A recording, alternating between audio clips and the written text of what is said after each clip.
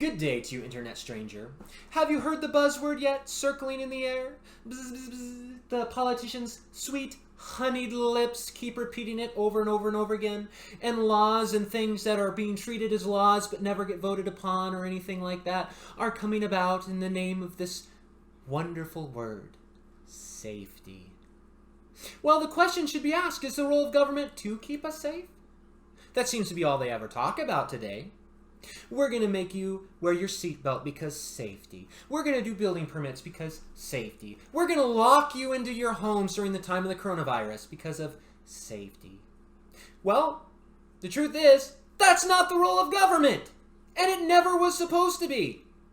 The role of our government is to keep us free, not necessarily safe.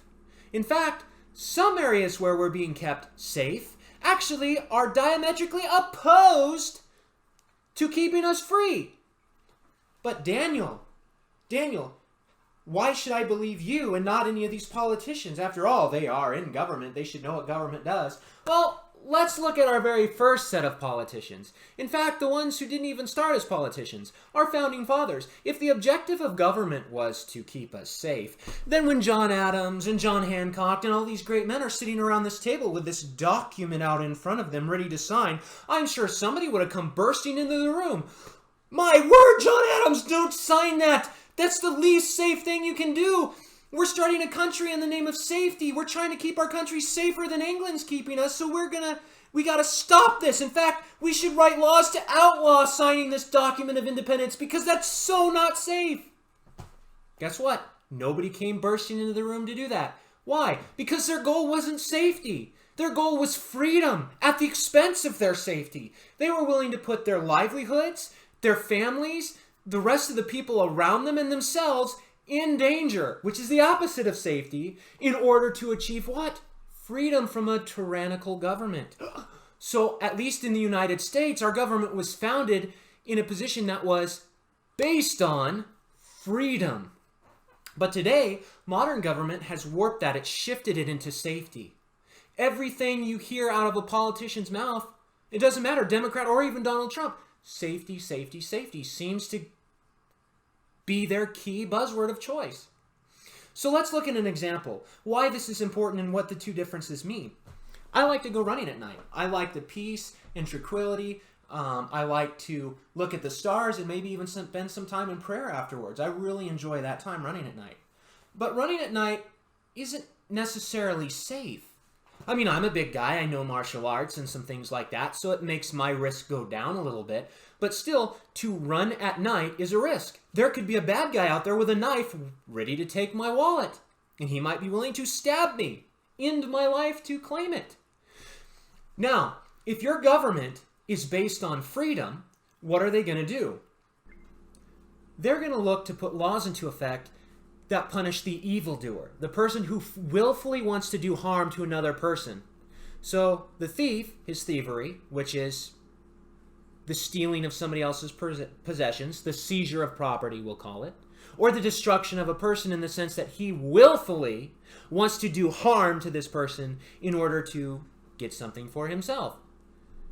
Well, the government centered around freedom will put laws over the one who would stop the freedom. See, the thief is going to prey upon the person's freedom to go run. And the government, who's centered around freedom, wants to keep that person free to go run, so they limit the evildoer's activity and leave the person with innocent intentions, the person who's not being malicious in nature, the activity of running at night, they can be free to do their activity. But when you come over to the modern day, what we see governments doing in the name of safety is they not only limit the person with malicious intent, they go to the person with innocent intent and say, now, if we catch you running, which is not safe, and our job is to keep you safe, if we catch you engaging in this activity, we're going to fine you or we're going to incarcerate you. Now, what did they just do?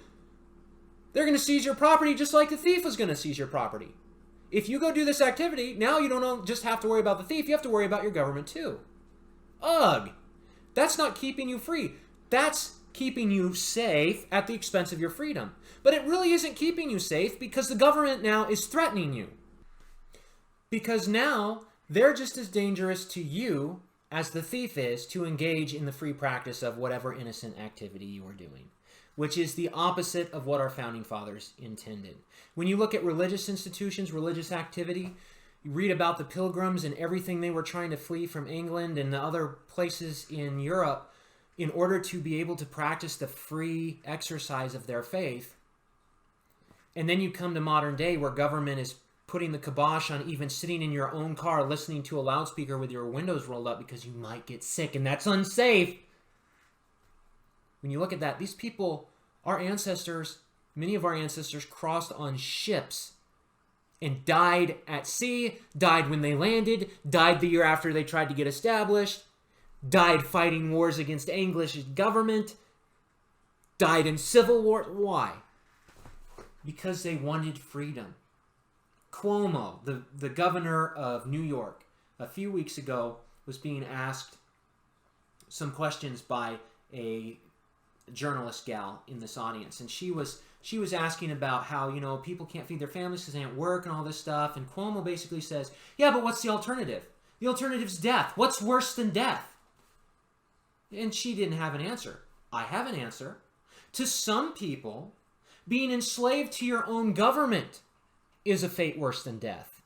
To John Adams, to start down the list, George Washington. These people thought enslavement to the government, in whatever package that might come, in our modern day sense, it's safety. They thought that that was a fate worse than death. So hopefully you can see the contrast now between our modern government, which prioritizes safety at the expense of freedom, and the government our country was founded on, which prioritized freedom at the expense of safety. Men like Thomas Jefferson, Ben Franklin, George Washington risked every bit of their safety in order to keep people free, to form a government that would keep people free. The fundamental difference could not be any greater now than ever, but it is important. And so the question needs to be asked, with our modern government prioritizing safety, are your freedoms safe? It's a question worth asking. Anyhow, thanks for watching. If you have a question, by all means, please comment below. Let me know if there's something I totally missed. And if you want to just comment words of encouragement too, I like encouragement. So anyhow, God bless you. Take care. Thanks for watching.